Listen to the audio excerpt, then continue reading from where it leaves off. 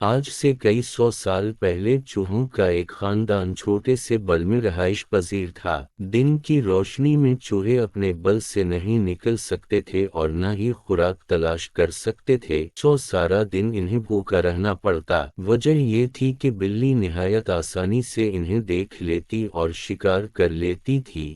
چوہے رات کو بھی نکلتے تو جب بھی چھپ چھپا کر نکلتے، بلی کا خوف ان کے سر پر تلوار کی طرح لٹکتا رہتا۔ وہ کتنی بھی احتیاط کیوں نہ برتے، بلی ایسے دبے پاؤں آتی کہ انہیں خبر تک نہ ہوتی اور ان کا ایک ساتھی بلی کے لنچ یا ڈنر کی نظر ہو جاتا۔ ایک لمبے عرصے تک وہ خوف کے عالم میں جیتے رہے، ہر روز ان کے ساتھی بلی کی بھینٹ چڑھتے رہے۔ آخر ایک رات بولے چوہے نے اجلاس بلوایا، جس میں ہر چھوٹا بڑا چوہا شریک ہوا۔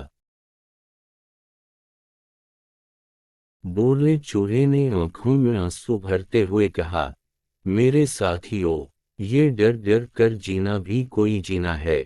یہ کیسی زندگی ہے کہ ہماری آنکھوں کے سامنے ہمارے پیارے دشمن کے پیٹ کا ایندھن بنتے رہیں اور ہم چپ چاپ سہتے جائیں۔ بولے چوہے کی آواز بلند ہوتی گئی۔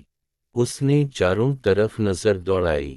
دیگر چوہوں کی آنکھوں میں آنسو دیکھ کر اس نے مکا ہوا منہ لہرایا اور کہا، آخر کوئی حد ہوتی ہے ظلم سہنے کی بھی، سوچو میرے ساتھیو، کوئی ترکیب سوچو اس عذاب سے نجات پانے کی، آزاد زندگی گزارنے کی۔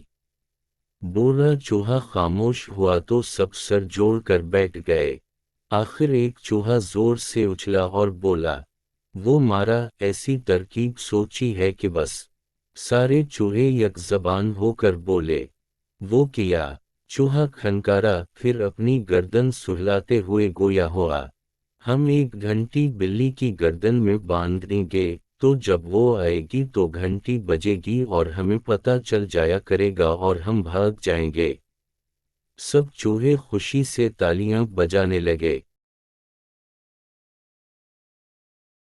واہ بھئی واہ، کیا عمدہ ترکیب ہے، آپ بڑے ہیں، آپ ہی بلی کی گردن میں گھنٹی باندھیے۔ چوہا تیار ہو گیا۔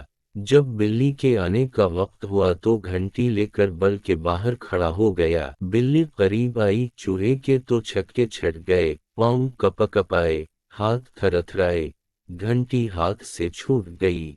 وہ دوڑتا ہوا بل میں داخل ہو گیا۔ بلی تو شکار کو بچتا دیکھ کر واپس ہو لی، مگر چوہے بہادر کا برا حال ہوا۔ سب چوہے اس کے ارد گرد کھڑے ہو کر قہقہے لگا رہے تھے، کوئی تالیاں پیٹ رہا تھا، کوئی سیٹیاں بجا رہا تھا، ایک نے تو یہ بھی کہہ دیا، بڑا آیا گھنٹی باندھنے والا۔ اگلی رات تمام چوہے پھر سر جوڑ کر بیٹھ گئے۔ اس بار ایک بولے چوہے نے ترکیب بتائی، میرے دوستو، اتفاق میں برکت ہے نا، اس لیے جیسے ہی بلی آئے گی ہم سب اس پر اکٹھے حملہ کر دیں گے، خوب ماریں گے۔ ایسا کرنے سے بلی پر ہماری دھاک بیٹھ جائے گی اور دوبارہ ہمیں شکار کرنے کی جرأت نہ کر سکے گی۔ سارے چوہے خوش ہو گئے اور بلی کا انتظار کرنے لگے۔ جوں ہی بلی آئی سب نے حملہ کر دیا، کوئی ٹانگ سے چمٹ کر کاٹنے لگا، کوئی دم سے، کوئی پیٹھ پر۔ بلی نے جو زور لگایا، دم جھاڑی، پیر جو پٹخا تو ایک چوہا دور جا گرا، دوسرے کا کچومر نکل گیا۔ باقی چوہوں نے جو حال دیکھا تو بھگدڑ مچ گئی، سب بل کی طرف بھاگے۔ بلی نے اطمینان سے ایک تگڑا چوہا دبوچا اور چلتی بنی۔ سب چوہے ایک دوسرے کو لن تن کرتے، بزدل اور ڈرپوک کے القابات سے نوازتے، پھر سر جوڑ کر بیٹھ گئے، سوچنے لگے۔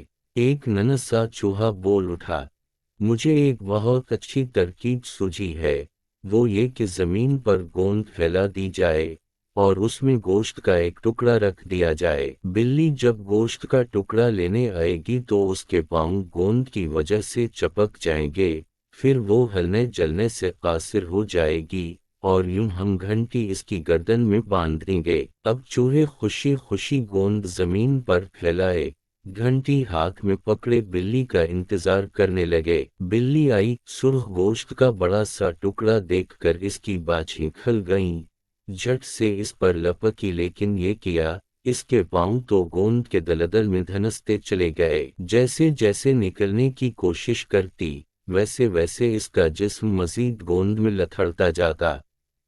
چوہوں نے جو یہ ماجرا دیکھا تو نرا مستانہ بلند کیا۔ ننھا چوہا لپک کر بلی کی پیٹھ پر چڑھ گیا اور اس کی گردن میں گھنٹی باندھ دی۔